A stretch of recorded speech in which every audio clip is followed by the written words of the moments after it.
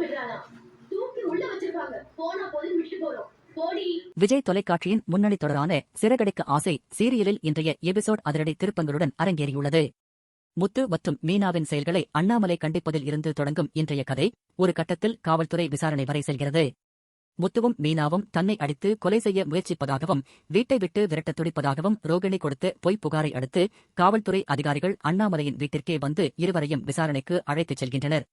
இதனால் குடும்பத்தில் பெரும் பதற்றம் நிலவுகிறது. காவல் நிலையத்தில் இன்ஸ்பெக்டர் முன்னிலையில் ரோகிணி தனது வழக்கமான நடிப்புத் திறமையை வெளிப்படுத்துகிறார்.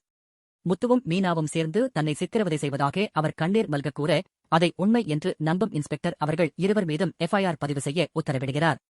இந்த இக்கட்டான சூழலில் அங்கு எதிர்பாராத ஒரு சம்பவம் நடக்கிறது. அங்கிருந்த பெண் காவலர் ஒருவரின் மகனுக்கு தொண்டையில் சிப்ஸ் சிக்கிக் கொண்டு உயிர் போகும் நிலை ஏற்பட சற்றும் யோசிக்காமல் முத்துவும் மீனாவும் மனிதாபிமானத்துடன் செயல்பட்டு அக்குழந்தையை காப்பாற்றுகின்றனர். இந்த நெகிழ்ச்சியான சம்பவத்தை கண்ட இன்ஸ்பெக்டர், ஒரு குழந்தைக்கு கூட தீங்கு நினைக்காத இவர்கள் உங்களை எப்படி அடித்திருப்பார்கள் என்று ரோகிணியை பார்த்து கோபத்துடன் கேட்கிறார். தனது பொய் அம்பலமானதை உணர்ந்த ரோகிணி, ஒரு கும்பலை வைத்து தன்னை இவர்கள் அடிக்கச் சொன்னார்கள் என்று மாற்றிப் பேசுகிறார். அப்போது அங்கு வரும் அருண், ரோகிணி ஒரு ஏமாற்றுக்காரி என்பதையும் ஒட்டுமொத்த குடும்பத்தையும் அவர் ஏமாற்றி வருவதையும் போட்டுடைக்கிறார்.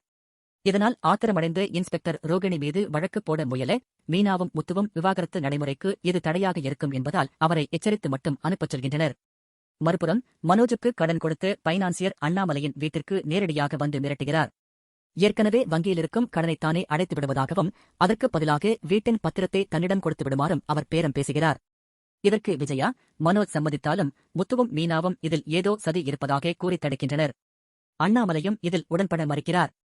தோல்வியடைந்த அந்த பைனான்சியர் தனது கூட்டாளியான சிந்தாமணியை சந்தித்து முத்துவும் மீனாவும் இருக்கும் வரை பத்திரத்தை வாங்க முடியாது என்றும் அவர்களை எப்படியாவது வீட்டை விட்டு வெளியேற்ற வேண்டும் என்றும் புதிய திட்டம் தீட்டுகின்றனர். குடும்ப பிரச்சினைகளுக்கு நடுவே சுருதி மற்றும் ரவி இடையிலான உரையாடல்களும் காரசாரமாக தொடர்கின்றன. ரவியுடன் நீத்து இருக்கும் எடுத்த புகைப்படம் தொடர்பாக பெரிய சர்ச்சை எழ சுருதி அதை கையாளும் விதம் ரவிக்கு அதிருப்தியை தருகிறது. அதேவேளையில் தந்திரமான ரோகிணி தனது கணவன் மனோஜை தனது பக்கம் இழுக்க அன்பு பேசுவது போல நடித்து திட்டமிடுகிறார். ரோகிணியின் இந்த பாச வலைக்கு மனோஜ் மெல்ல மெல்ல மயங்குவது போல காட்டப்படுவதுடன் இன்றைய எபிசோட் நிறைவடைகிறது.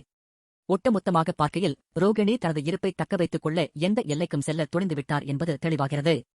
அதே சமயம் முத்துவும் மீனாவும் அவரது சதிவலைகளை முறியடிக்க தயாராகவே இருக்கின்றனர்.